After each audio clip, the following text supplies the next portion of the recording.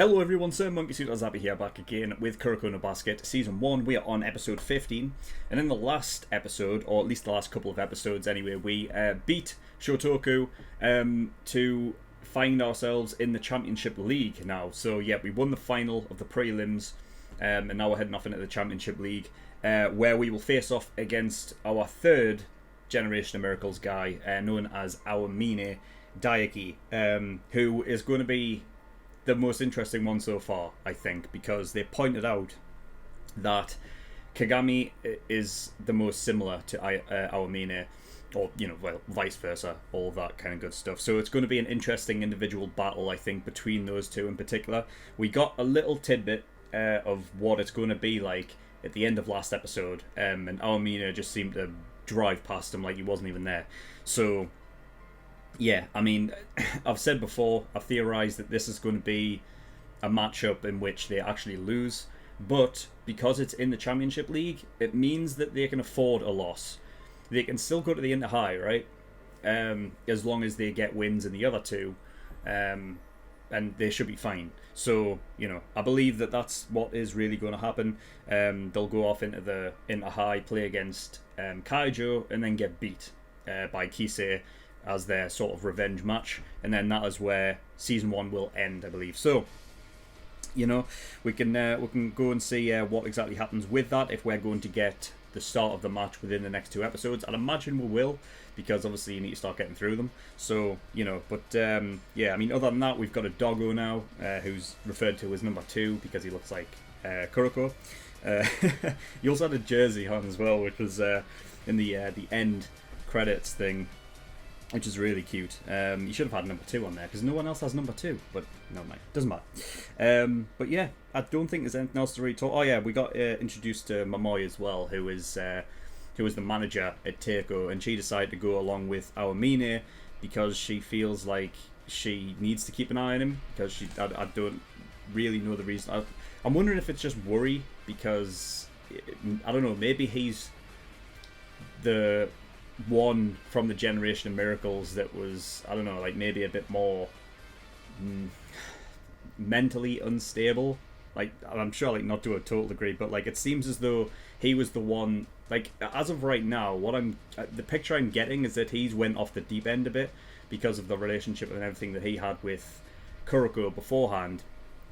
And we know that Kuroko left and everything like that, and I'm wondering if that is the point in which, like, it all changed for Aomine, and the way that he sort of treats his basketball as if like the rest of his teammates are not even necessary, kind of thing. I don't know. It's going to be interesting anyway when that match does come about. But yeah, there's nothing else to really talk about, so we're just going to get in episode 15. So yeah, if you do want to go watch the reaction, link will be in the description below. There'll also be a link to the full length there as well, so if you do want to watch it in full and not just the 10-minute version, then the option is there for you, if you do want it. But yeah, nothing else to really talk about, so let's get in episode 15 and see what we get. Let's go.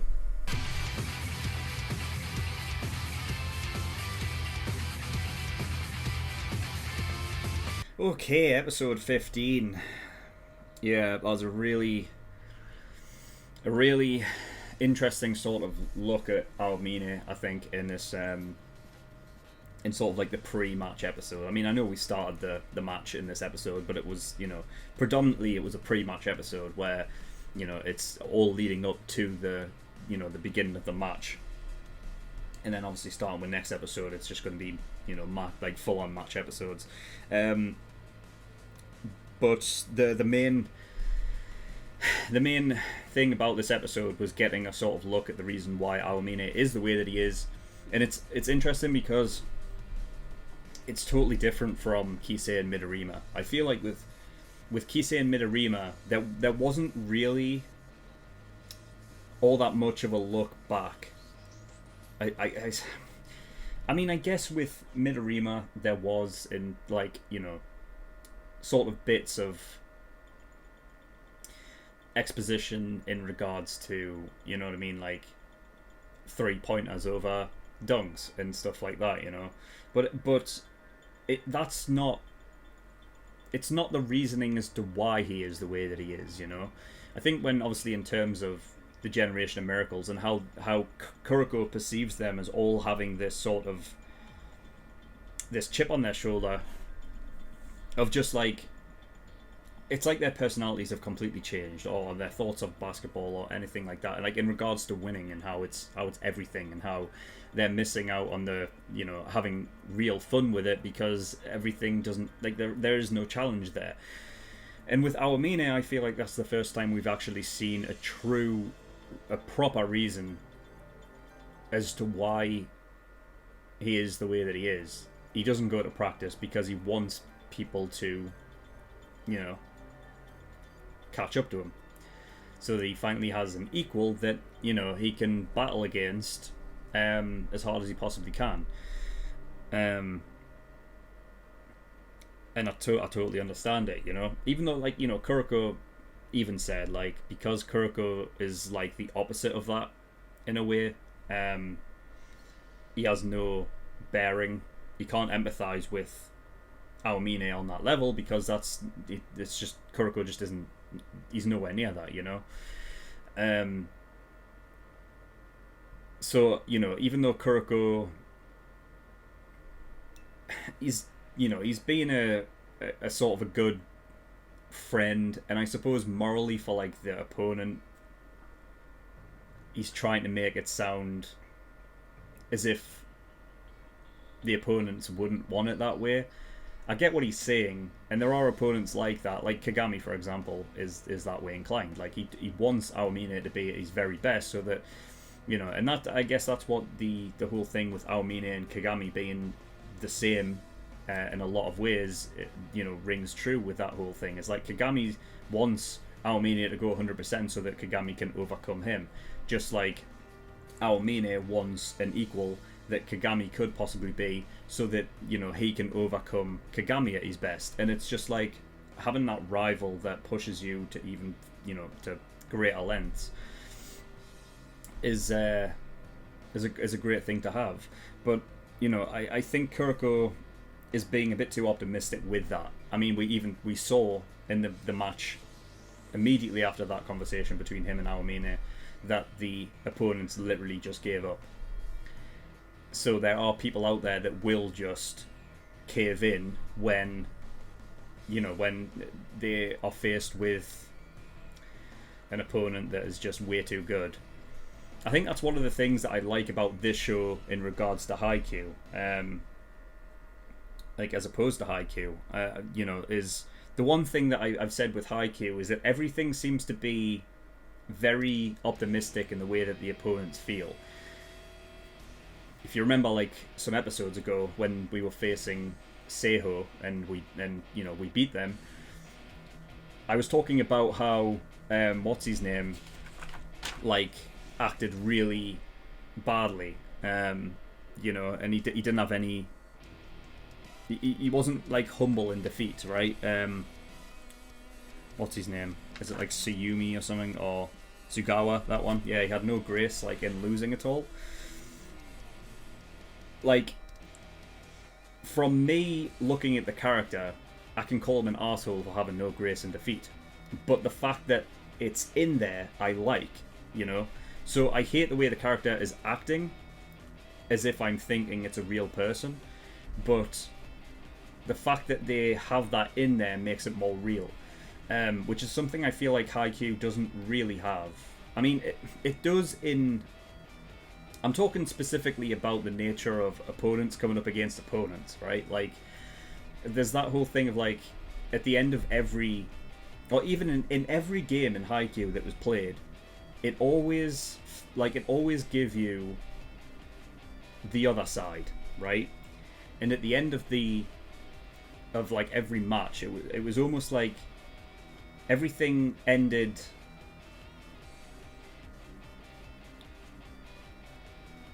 sort of nice. Like, there wasn't much, like, sort of real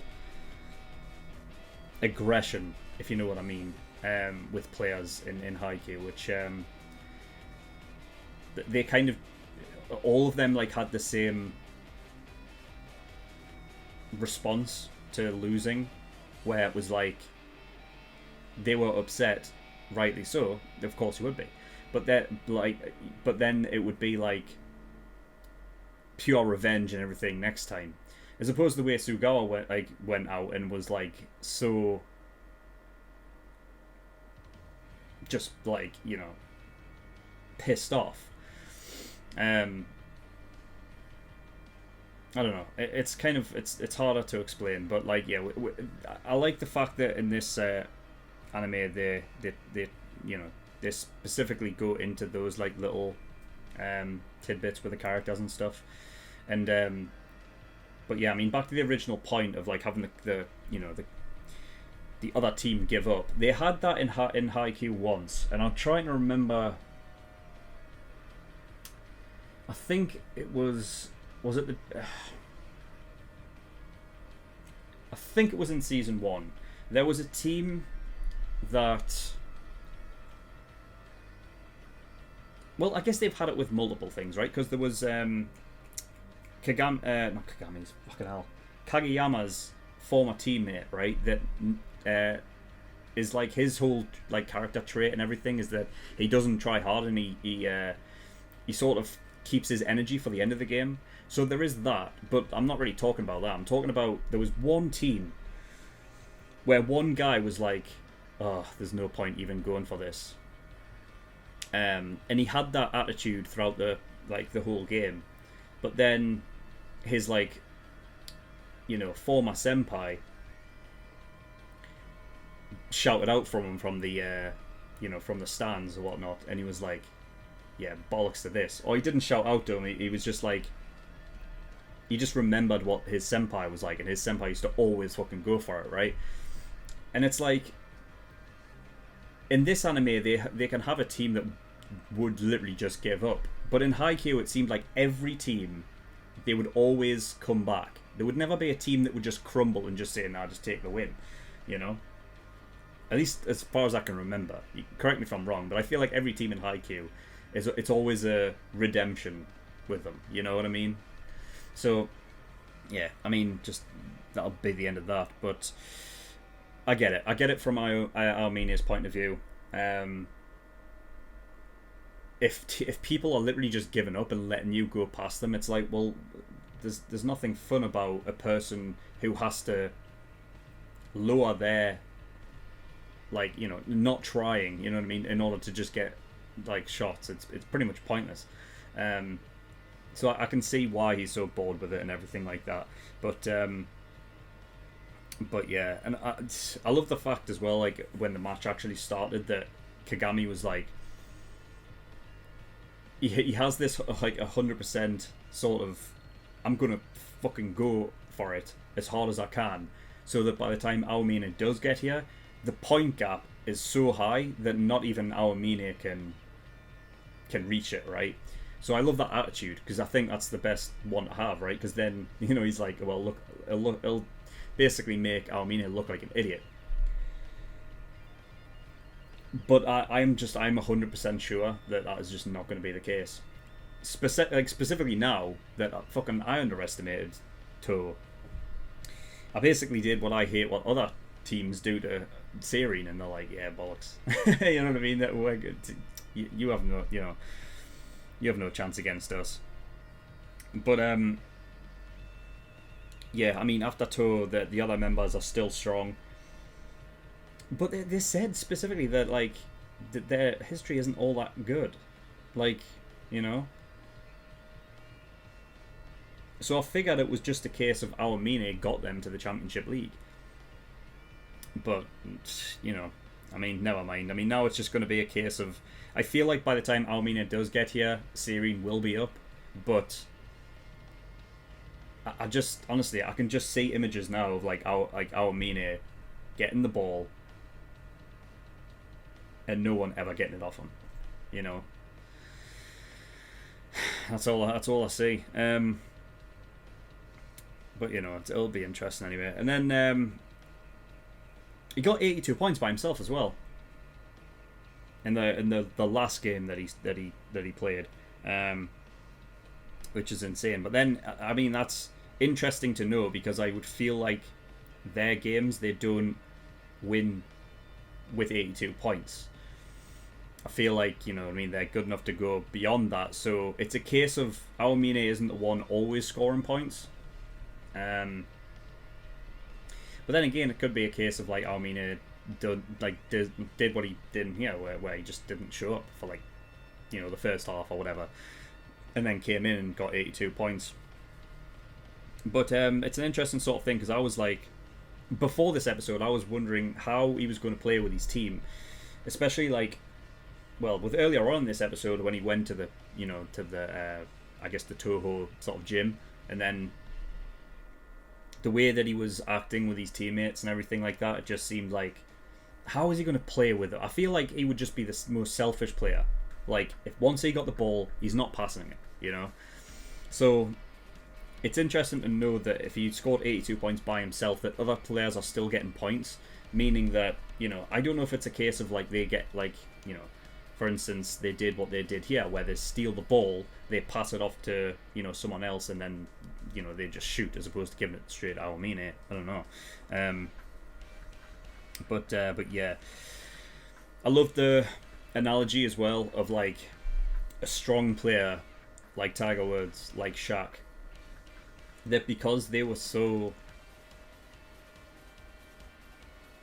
I guess, physically strong as well. I mean, that goes with the analogy with Tiger Woods in golf, because obviously the strength of his swing went so far that it just increased they had to increase the length of each par and everything like that. So, because yeah, I mean, it makes sense as humans sort of evolve further and further, like, into the future.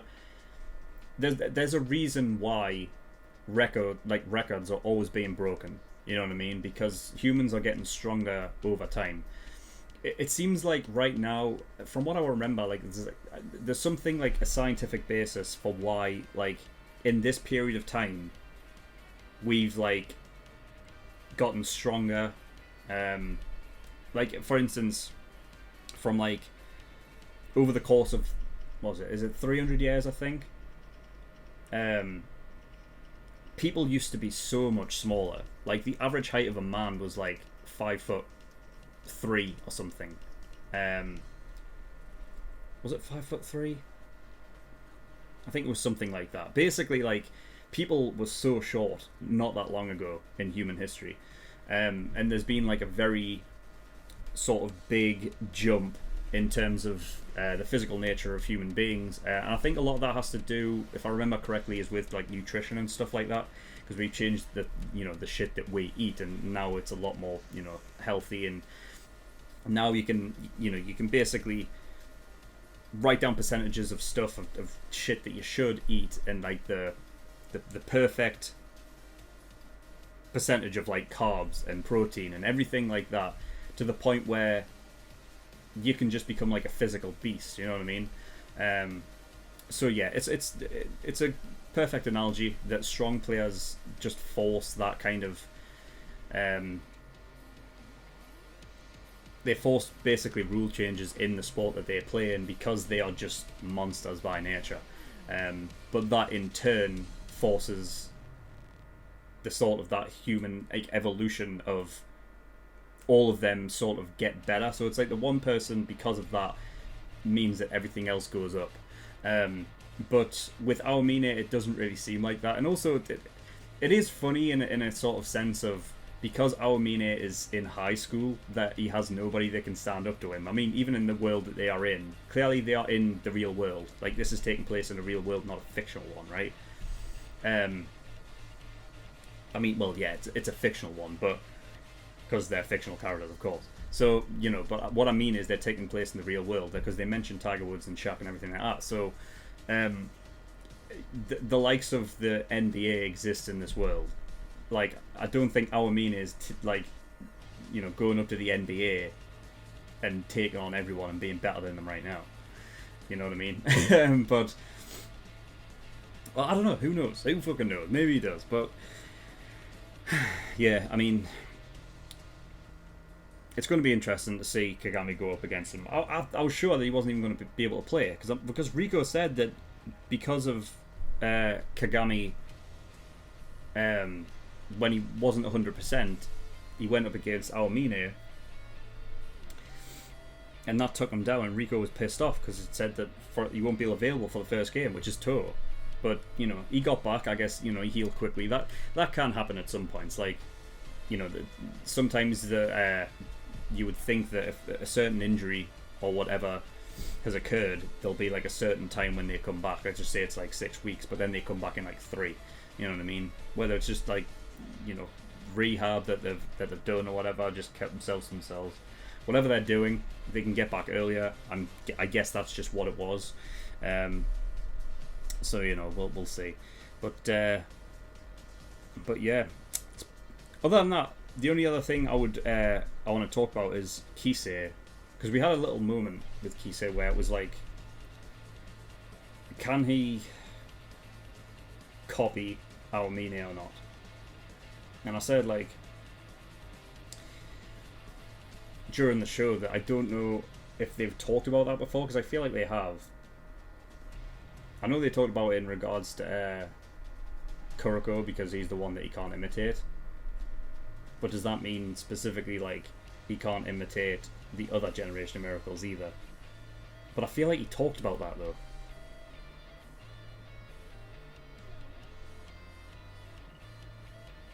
No, I think he talked about that because I think he said that he couldn't imitate Midorima either, right? Because then that would just be like, because then Kisei would just have the best of everything, wouldn't he?